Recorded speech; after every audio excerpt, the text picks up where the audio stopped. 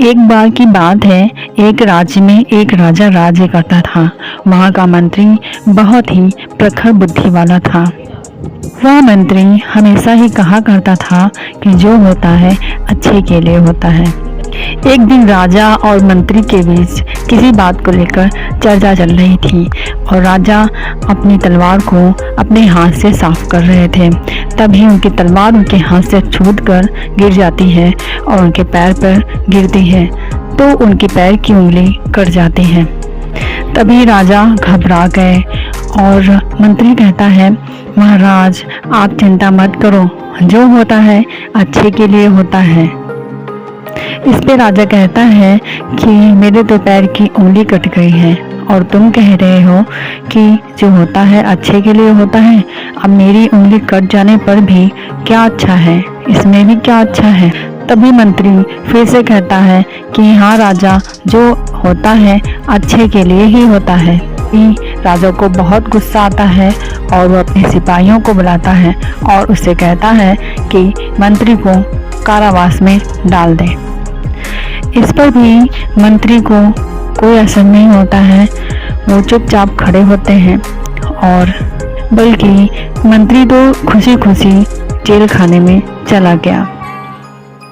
Jail खाने में जाते वक्त भी मंत्री यही कहता है कि जो होता है अच्छे के लिए होता है।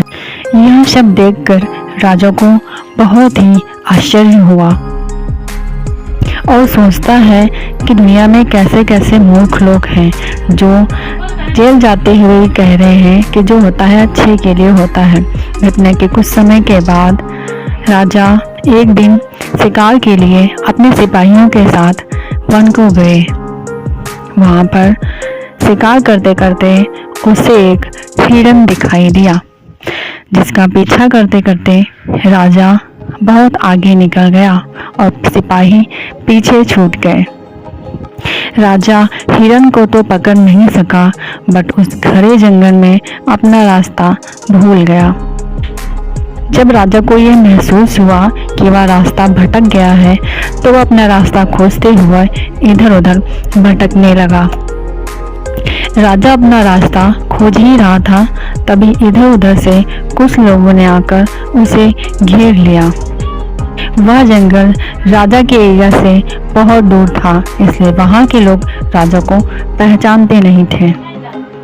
वह सब जंगली लोग मिलकर राजा को बंदी बना लिए और उसकी बलि देने के लिए तैयार हो गए। वे जंगली लोग बहुत पहले से ही एक इंसान की खोज कर रहे थे जिसकी वो बलि देना चाहते थे। सभी जंगली लोगों ने राजा को एक पेड़ से बांध दिया।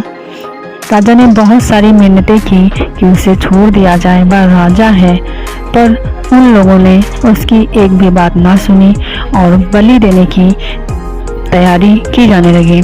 ढोल नगाड़े बजने लगे, राजा को नए वस्त्र पहनाए गए, फूलों की माला भी पहनाई गई और उसको उस स्थान पर लेकर गए जहाँ पर उसको बलि देनी थी। राजा की बलि देने ही वाले थे कि वहाँ के सरदार की नज़र राजा की कटी उंगली पर पड़ी। कटी उंगली देखते ही सरदार ने धुन नगाड़े बजाने बंद करवा दिए और राजा को छोड़ दिया और कहा कि इसके पैर की उंगली कटी है, इसलिए हम इसकी बलि नहीं दे सकते। राजा बहुत ही प्रसन्न हुआ और अपने मंत्री की बातों को याद करने लगा कि जो उसने कहा था वो सच हुआ। आज राजा अपने महल को चल दिया और वहां पहुंचकर मंत्री को कारावास से निकालकर उससे माफ़ी मांगी और उससे कहा कि राजा ने मंत्री से कहा कि आज मैं जीवित हूँ तो सिर्फ इस कटी उंगली की वजह से। अगर मेरी उंगली ना कटी होती तो मैं आज जीवित ही नहीं होता। लेकिन तुम्हारे कारखाने में रहने का इसमें क्या अच्छा हुआ, जरा ये बताओ। तो मंत्री कहता है कि हाँ, इसमें अच्छा ये हुआ कि अगर मैं आपके साथ होता, क्योंकि मैं हमेशा आपके साथ ही रहता था, तो जाहिर सी बात है कि आपके साथ में वन को भी गया होता। और वहाँ पर मुझे भी आपके साथ कबीले वाले पकड़ लेते और जब आपके पैर की उंगली उन्होंने कटी देखी तो आपको छोड़ दिया और जरूर वो मुझे पकड़ लेते और मेरी बलि दे देते। तो इसलिए मैं कारावास में था। तो इसमें यही अच्छा है कि आज मैं कारावास में रहने की वजह से मैं भी आज आपके सामने जीवित खड़ा हूँ। तो दोस्तों, इस घटना से हमें यह समझ लेना चाहिए कि कई बार हमारी लाइफ में ऐसी बातें हो जाती हैं जो उस वक्त हमें बुरी लगती हैं, दुख कर।